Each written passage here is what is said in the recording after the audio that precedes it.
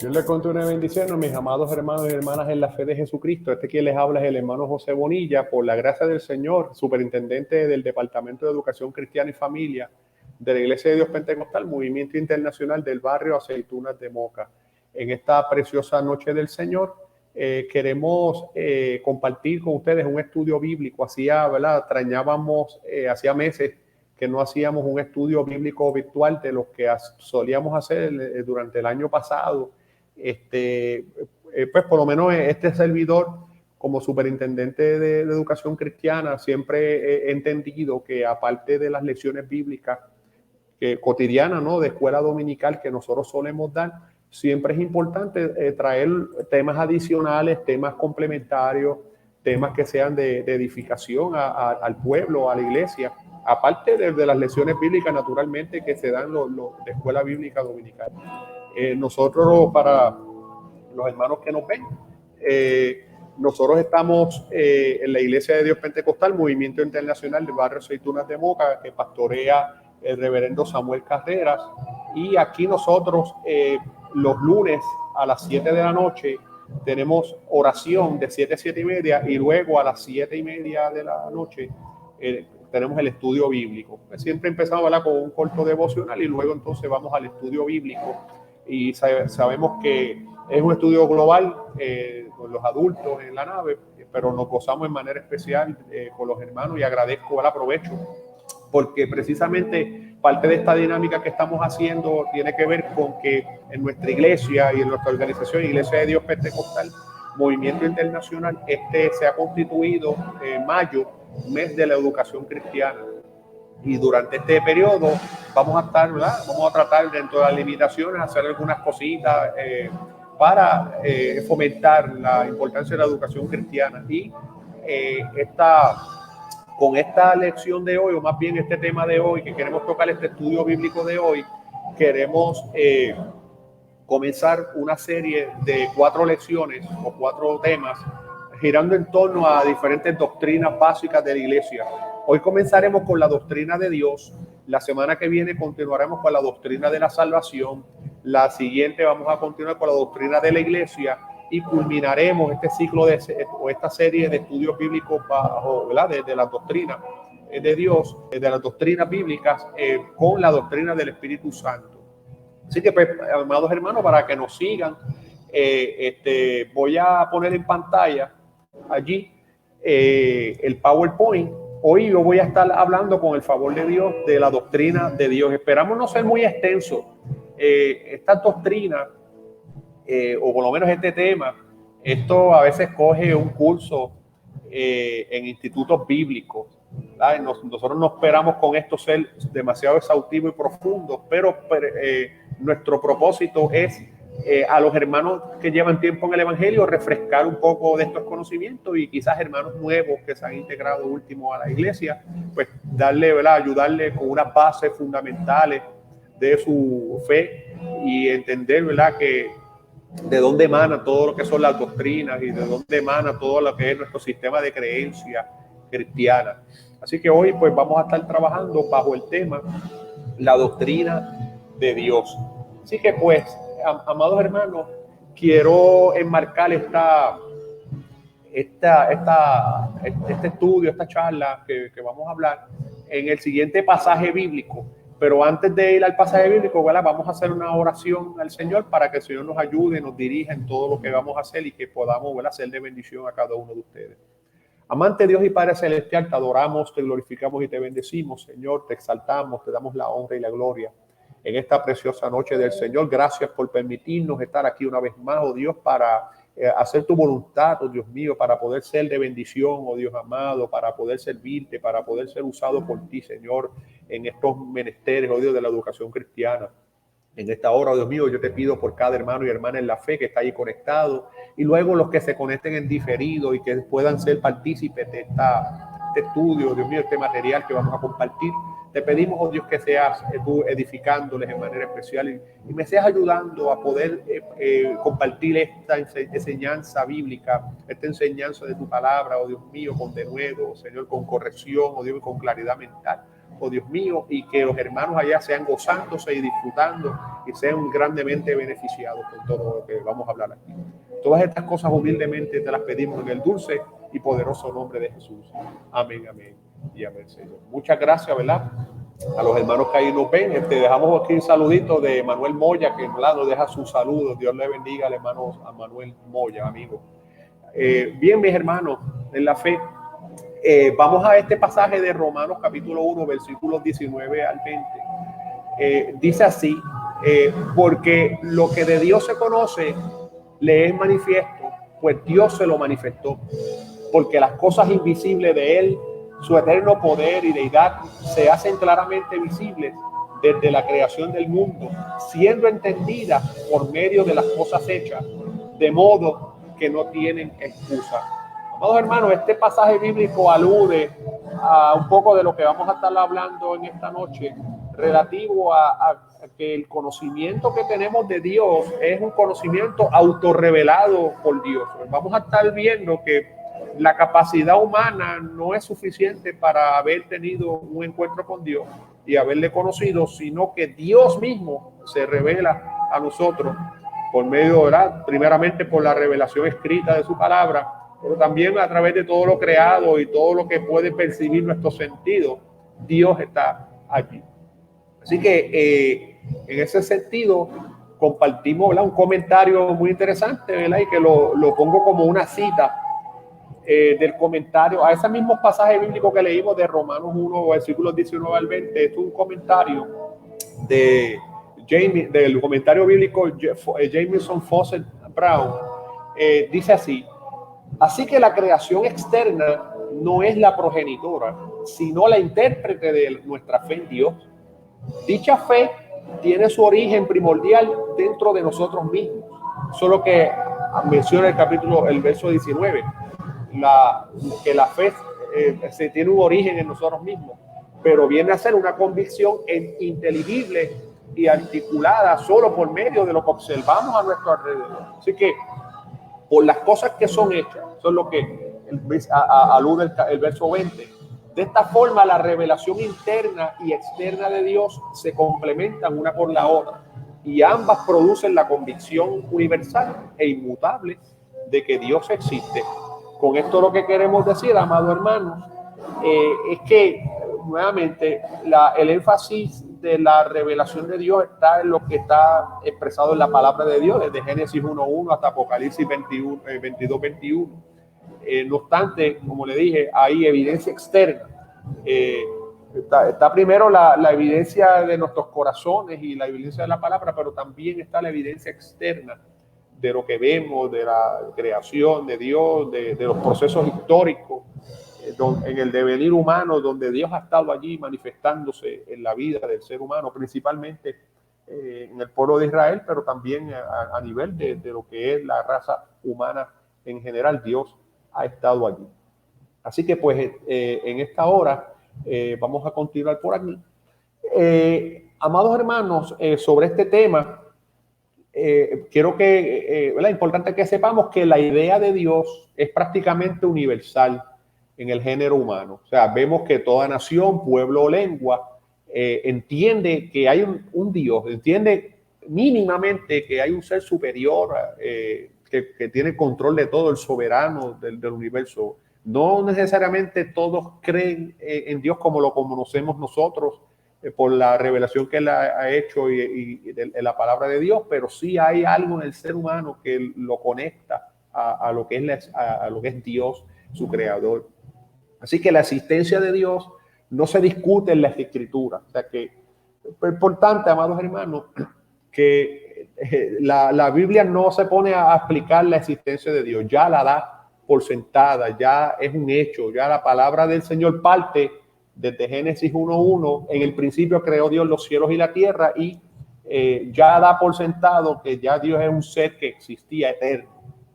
Así que Dios se nos revela en las escrituras como un ser personal, independiente, inmanente y trascendente. O sea, todo lo que implica que Dios está por encima de lo natural, por encima de todo lo que es biológico, todo lo que nosotros podemos concebir con nuestro sentido humano.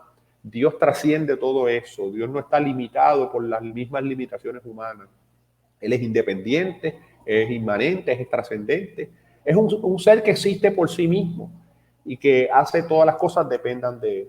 Por eso recalcamos, amados hermanos, que el conocimiento que tenemos de Dios es revelado y cuando el ser humano tratamos de hacer un esfuerzo humano por entender a Dios, nos damos con una pared porque humanamente no podemos concebir a Dios, pero ciertamente Él ha sido tan bueno que se ha revelado a nosotros para que conozcamos de Él y en la medida en que conocemos más de Él, podemos relacionarnos más con Él. Así que, aparte de la revelación bíblica, Dios además se da a conocer por medio de la revelación que Él hace de sí mismo a través de la creación y los procesos históricos. Así que tenemos como básicamente tres fuentes de conocimiento, de autorrevelación de Dios, los cuales son la palabra de Dios, la palabra escrita, la cual, el otro es la creación, la evidencia que tenemos de la creación, el diseño, el cuidado, los detalles de lo que es los procesos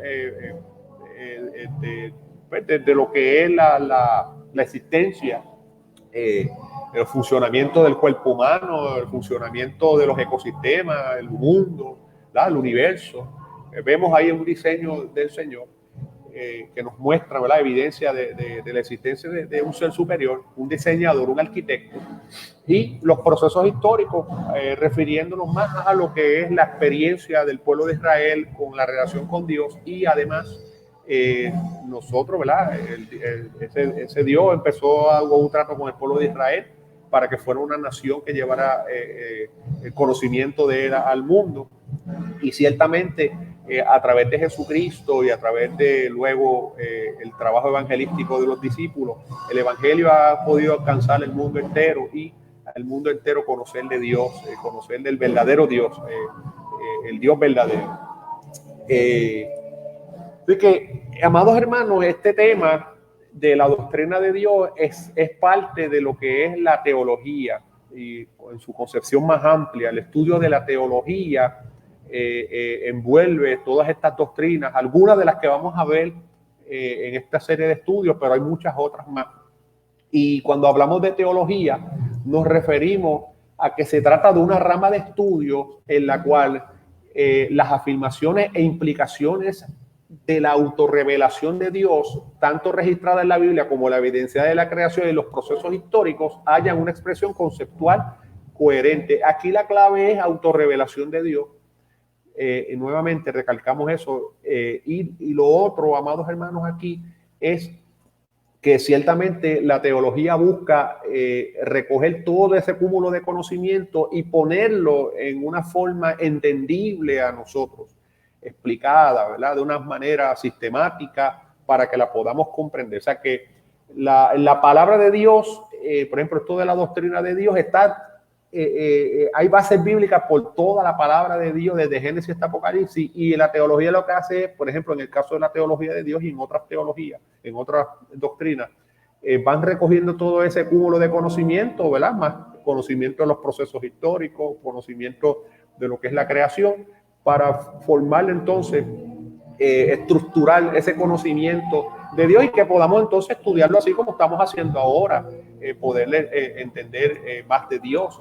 Y, amados hermanos, cuando hablamos de la doctrina de Dios, la teología pues desarrolla muchas doctrinas que salen de la palabra, de la Biblia, y hay unas doctrinas que son fundamentales y hay unas doctrinas que son secundarias y terciarias. La doctrina de Dios es fundamental, es un pilar fundamental. Si esta doctrina se interpreta de manera errónea, pues entonces debilita la base de la creencia cristiana. Así que la doctrina de Dios que vamos a estar viendo, ¿verdad?, por lo menos unas pinceladas en esta noche, se trata del estudio detallado de Dios a partir de la consulta de su revelación para saber lo que Dios ha revelado de sí mismo y su relación con sus criaturas. O sea que la doctrina de Dios es todo ese cúmulo de conocimiento de lo que Dios mismo ha ido revelando a través de la Escritura y a través del proceso humano. Así que no tiene sentido hablar de conocimiento de Dios a menos que se admita su existencia, porque nuevamente no podemos con instrumentos humanos poder concebir a Dios. Tenemos que creerlo por fe y nuestra relación con Dios se da principalmente en el plano espiritual, porque hay asuntos físicos también vueltos, pero principalmente nos relacionamos con Dios. Dios es espíritu. Así que de manera que la existencia de Dios es la gran presuposición de la teología. O sea que partimos el estudio de la doctrina de Dios, como dijimos ahorita, ya la palabra de Dios establece, da por hecho más bien, no discute, no pone en discusión la existencia de Dios, sino que ya la da por hecha y ya empieza a hablar de la manifestación de Dios, su naturaleza y pues mucha información que vamos a estar viendo que hay disponible de la persona de Dios. Entonces, amados hermanos, ¿por qué la importancia de estudiar esto? ¿Por qué la importancia de empaparnos más cada día de estas doctrinas, pero especialmente estas que nos conciernen hoy día a la doctrina de Dios? La importancia de su estudio radica en que nos ayuda a ir forjando nuestro conocimiento de Dios. O sea, el concepto que tengamos de Dios será crucial y fundamental en nuestra relación con Él. Esa es la importancia, amados hermanos. Porque nosotros como cristianos en el cultivo de nuestra fe queremos conocer más de Dios, queremos relacionarnos más con Dios, queremos estar en una comunión mayor con el Señor. Y en el grado en que nosotros nos interesemos por Dios y aprender más de Él y desarrollemos el concepto de Él, pues mejor va a ser nuestra relación con Él. Si nuestro concepto de Dios es un concepto liviano, un concepto débil, así mismo va a ser la relación con Dios. Pero cuando nuestro concepto de Dios es profundo, lo conocemos, buscamos, ¿verdad? Seguimos indagando más sobre Él, tenemos esa hambre por conocer de Él, así mismo va a ser nuestra relación con el Señor. Y esa es la idea, poder establecer una relación con Dios maravillosa, una comunión estrecha, de comunicación con Dios y de comunión con Dios constante. Para que tengan una idea de cómo vamos a estructurar lo que vamos a hablar en esta noche, ¿verdad? Ya hemos iniciado algunas cuestiones, vamos a seguir trabajando este tema, lo vamos a dividir en 3 partes generales, luego entonces hacemos una conclusión. La primera parte le vamos a estar hablando de la naturaleza de Dios. La segunda parte vamos a estar hablando de atributos de Dios. Y estos atributos se dividen en 2, a su vez, atributos constitutivos y atributos morales. Luego entonces vamos a estar hablando de la existencia de Dios, que nos habla la palabra acerca de la existencia, la evidencia bíblica, el testimonio de la creación y la existencia de Dios dentro del ser humano. Y luego entonces una conclusión. Al final, ¿verdad? Siempre me gusta presentar las referencias bibliográficas de donde saco para hacer esta información, así que pues al final se las presento. Bien.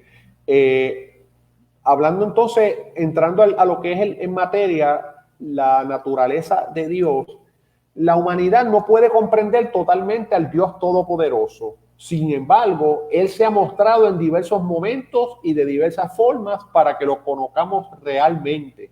Dios es incomprensible y la simple lógica humana es incapaz de demostrar su existencia misma. Eso es parte de los supuestos y de los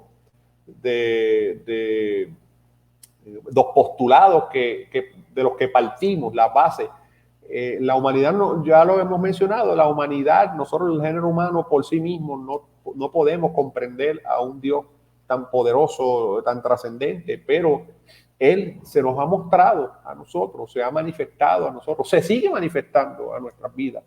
Esa es la manera en que nosotros entonces podemos tener más conocimiento de Él. Así que podemos construir nuestra comprensión acerca de Dios sobre 2 presupuestos primordiales. Número 1, damos por hecho que Dios existe.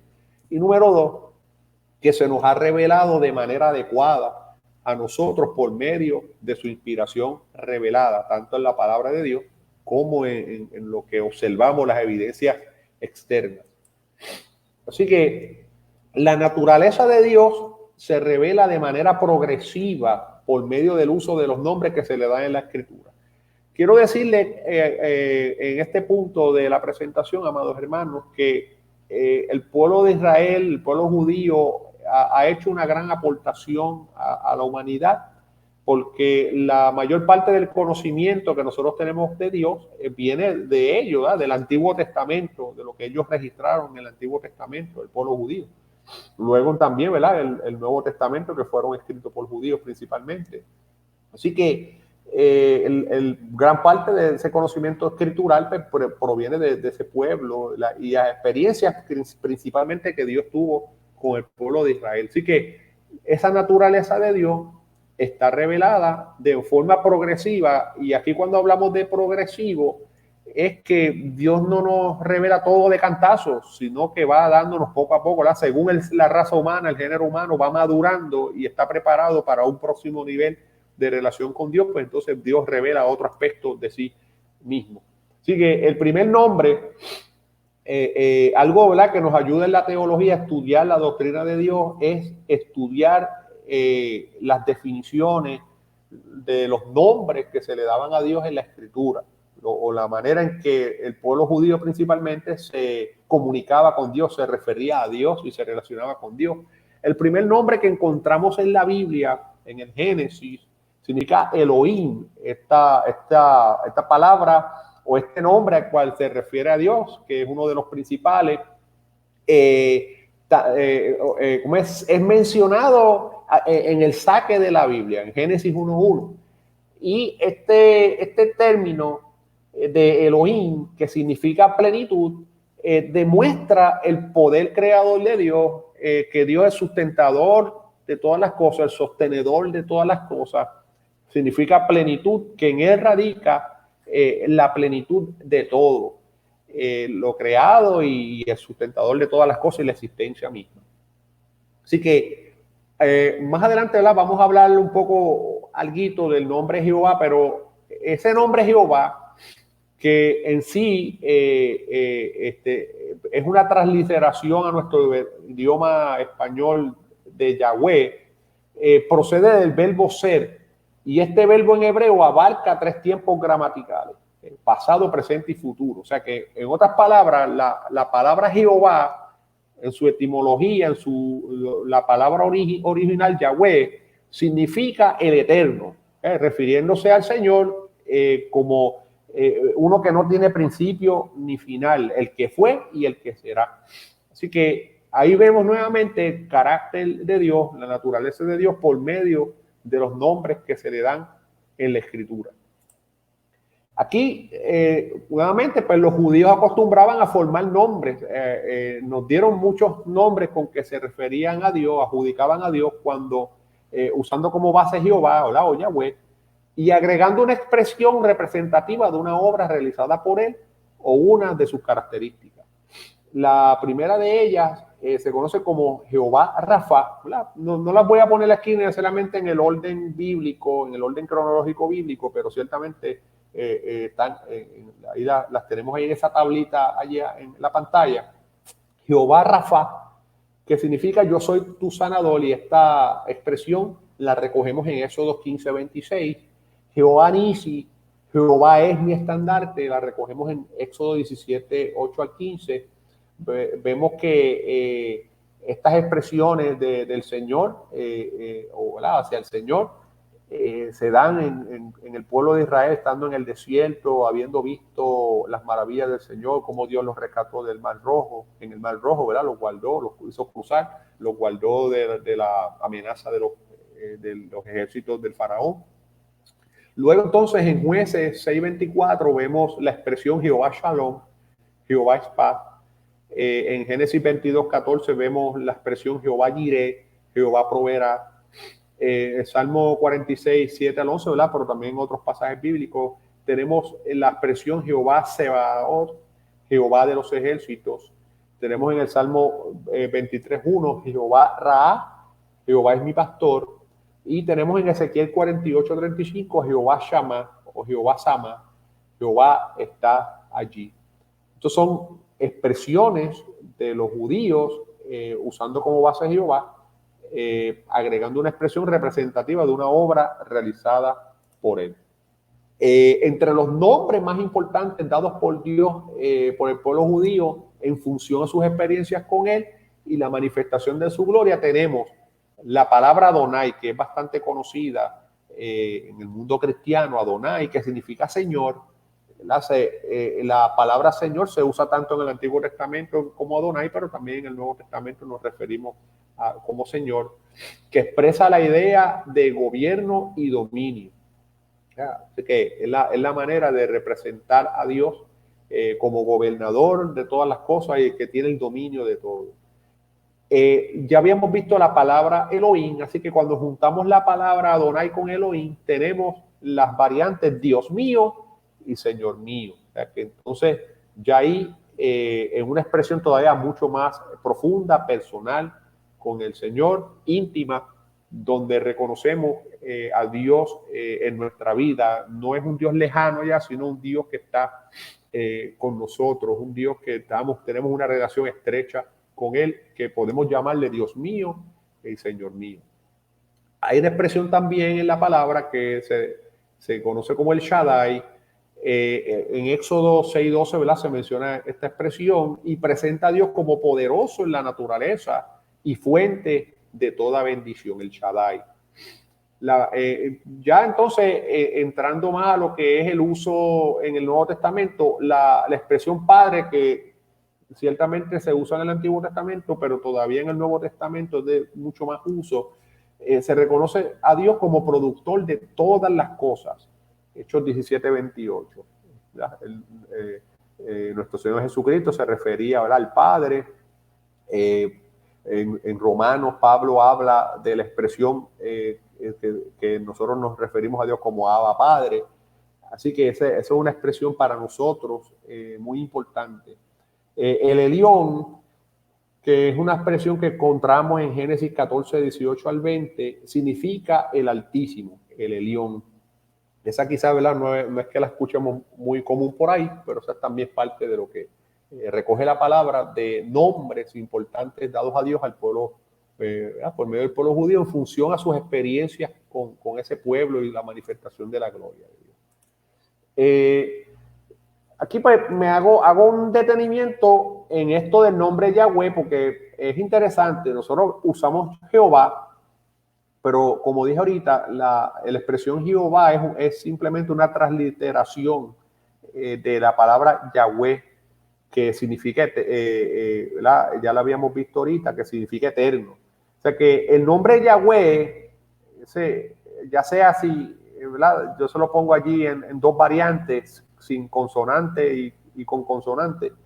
El nombre Yahweh aparece 6.828 veces y 5.790 versículos del Antiguo Testamento. O sea que es la expresión más frecuente en la Biblia para llamar a Dios, y principalmente en el Antiguo Testamento, o sea, donde se refería a Dios. Así que más bien es una declaración de que Dios es un ser que existe por sí mismo.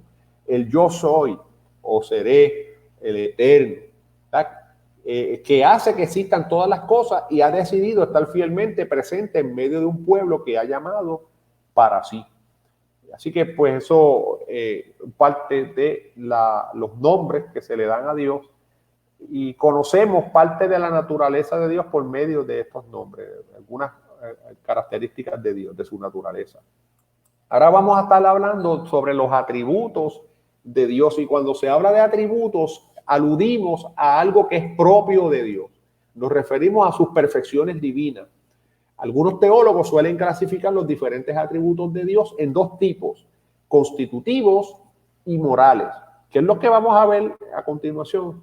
Cuando hablamos de atributos constitutivos, tienen que ver mayormente con los que pertenecen a la naturaleza de Dios y que envuelven su carácter autoexistente, infinito y eterno. Vamos a decir, la parte física, el carácter de Dios, para entenderlo, sobre todo en el contexto de un Dios infinito y eterno.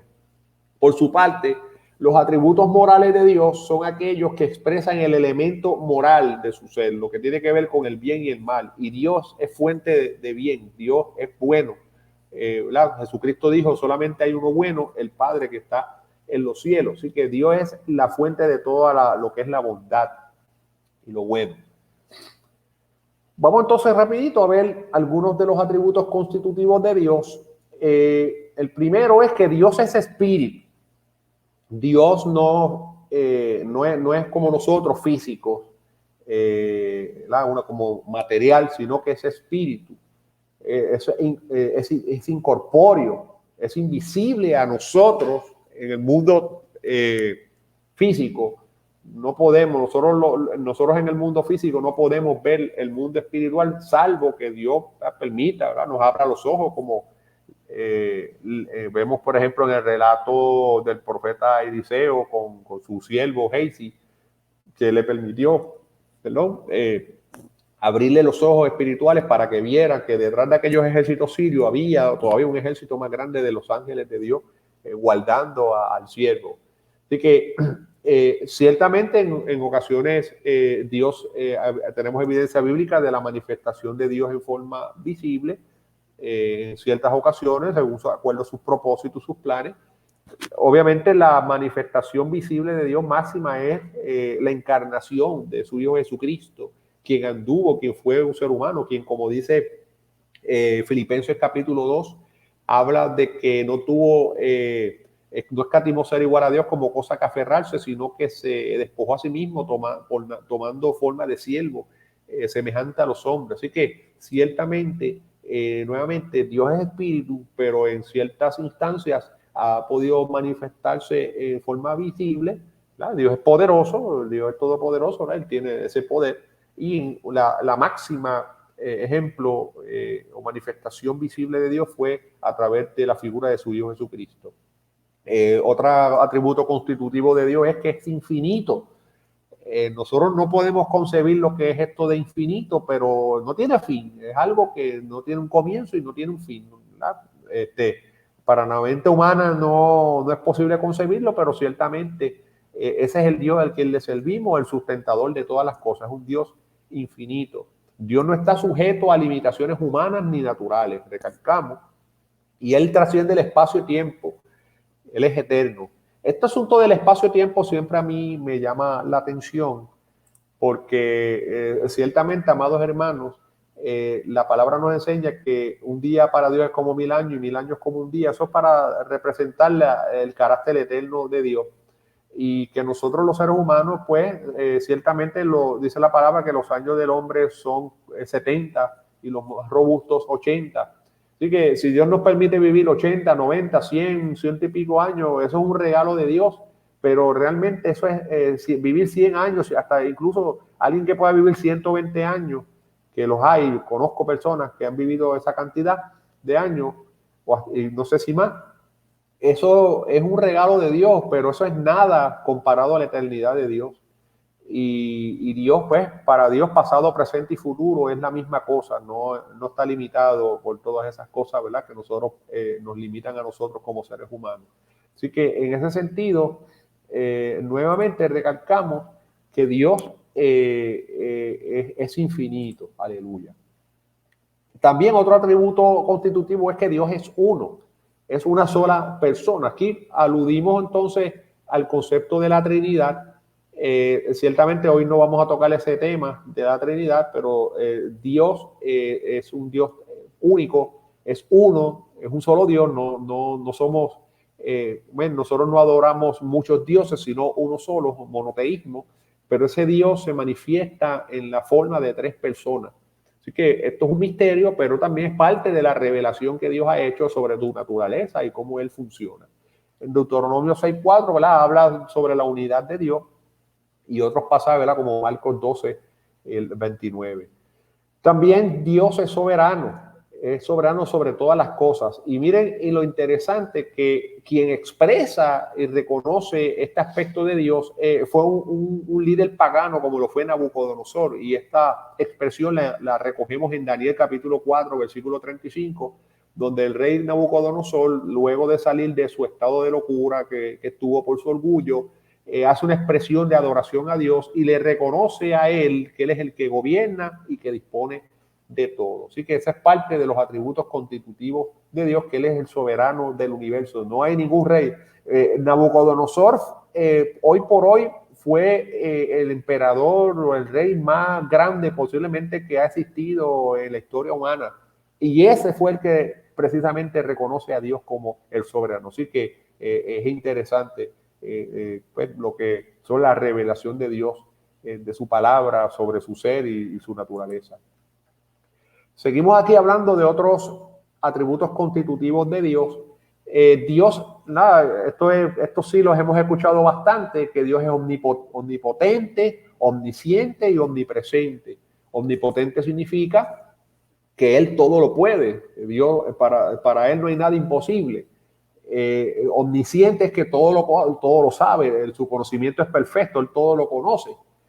Y omnipresente es que no está limitado por distancia o espacio, Él ocupa todo lugar. Ahora mismo está aquí con nosotros en este lugar, pero también en otras partes del mundo Él está allí asistiendo a lo suyo y haciendo su obra. Y en todo el universo, ¿verdad? Que Dios pues, tiene a su cargo.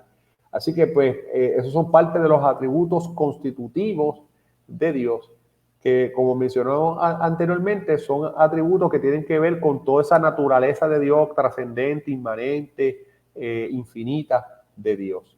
Ahora entonces vamos a hablar de los atributos morales de Dios, que como dijimos, tiene que ver con lo que es el principio de bien y el mal, pero en particular Dios es la definición del bien. Dios es la definición de todo lo bueno. Así que lo primero que vemos es que Dios es santo. En Levítico capítulo 11, versículo 44, este atributo habla de la pureza moral de Dios. Cuando hablamos que Dios es santo, es que Él es perfecto en todos sus sentidos, en todos sus caminos.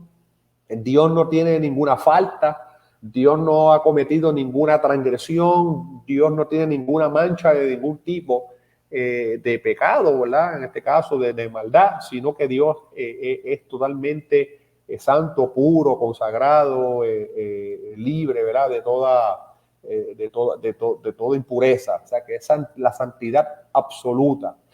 Nosotros aspiramos a la santidad. La palabra y el Levítico 11:44 dice que sé santo porque yo soy santo.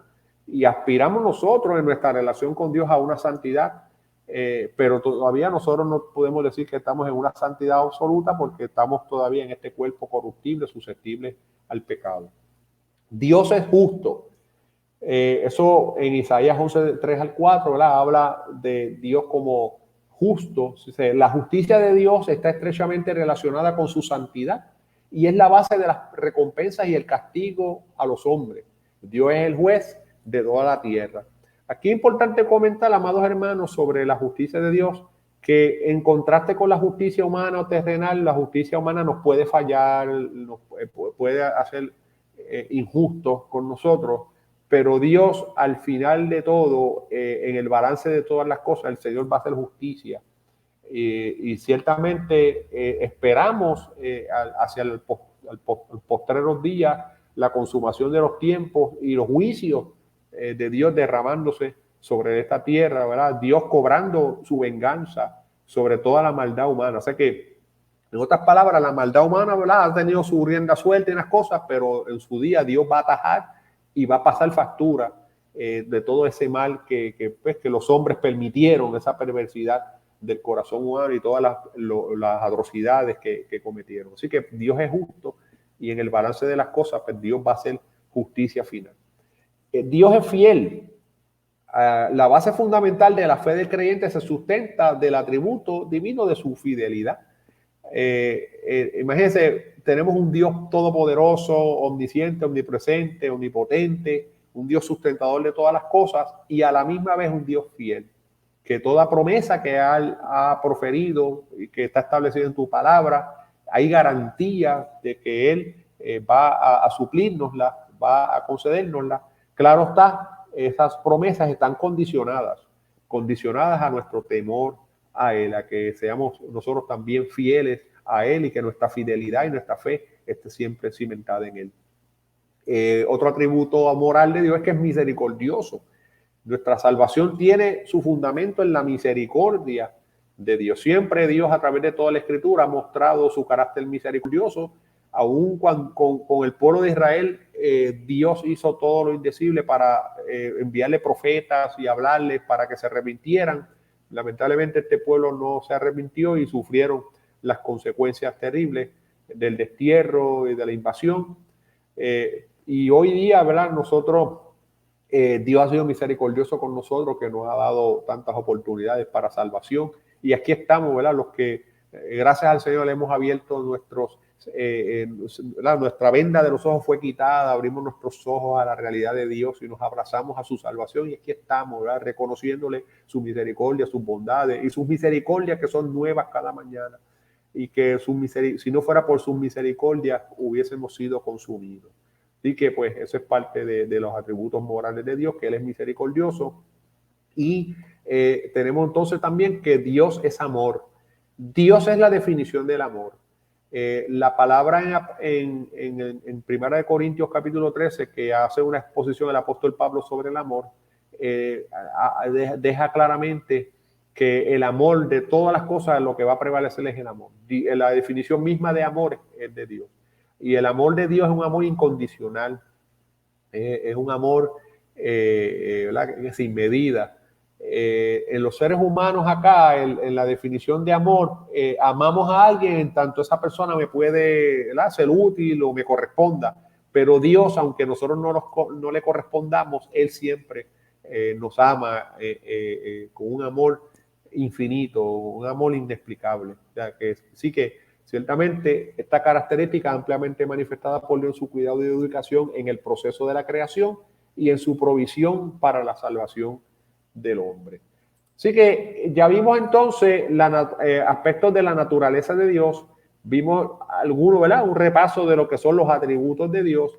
Ahora vamos a finalizar hablando un poquito, unas pinceladas sobre la existencia de Dios.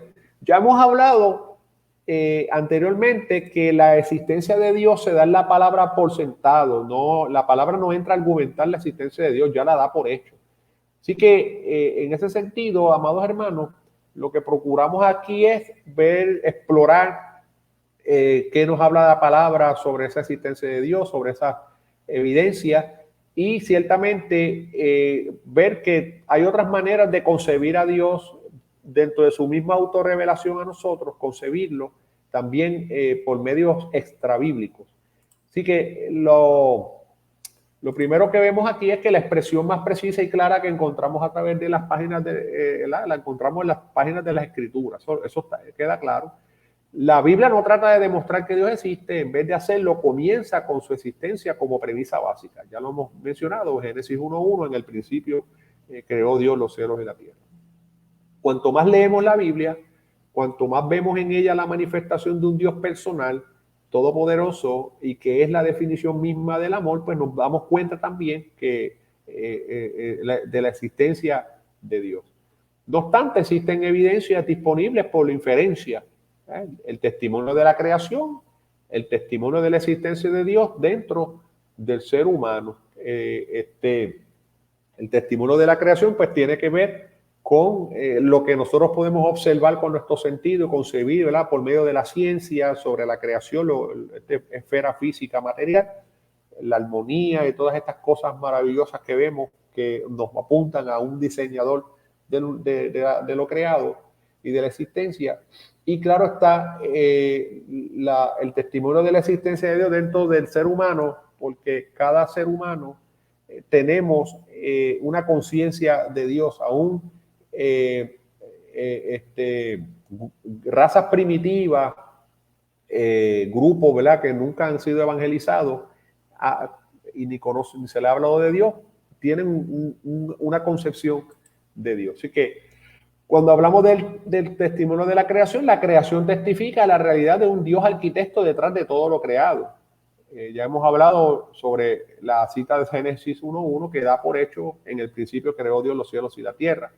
En el Salmo 19:1 dice que los cielos cuentan la gloria de Dios y el firmamento anuncia la obra de sus manos. Así que eso es parte de lo que es el testimonio de la creación de Dios. Hablando entonces de la existencia de Dios dentro de cada ser humano, todo hombre y mujer tiene la idea de Dios en su interior. Se trata de un sentimiento de dependencia que le señala su debilidad y pequeñez ante un ser supremo. Claro está, siempre hay personas que no quieren creer en Dios, que no quieren reconocer la existencia de Dios, y pues tienen este aire de superioridad y de creer que son más inteligentes que Dios, o que porque no creen en Dios, pues se creen más inteligentes que los que creemos en Dios y nos ven como personas débiles, o enanos mentales o intelectuales. Pues esas personas le tendrán que dar cuenta a Dios, pero ciertamente la evidencia es clara, que apunta a un Dios sustentador de todas las cosas, y que nosotros ante ese Dios pues somos pequeños y estamos subordinados completamente a Dios. En Romanos capítulo 2, versículos 13 al 15, se nos habla de la ley natural, lo cual implica que la vida del hombre está regulada por su concepto del bien y el mal.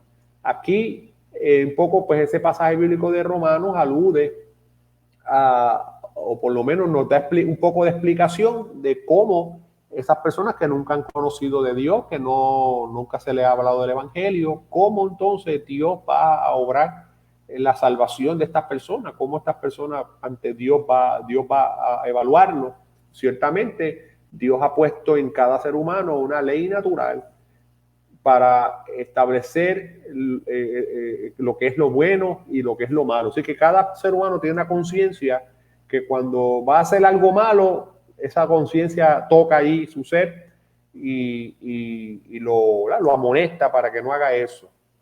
Dios también se ha revelado en la historia y en la experiencia humana. Así que Dios se reveló en la historia de Israel, pero también a través de la historia humana, hasta los días de hoy, pues Dios también se ha seguido manifestando en nuestras vidas, haciendo milagros poderosos, dejándose saber, ¿verdad?, por sus maravillas. Así que eso es parte de la revelación de Dios.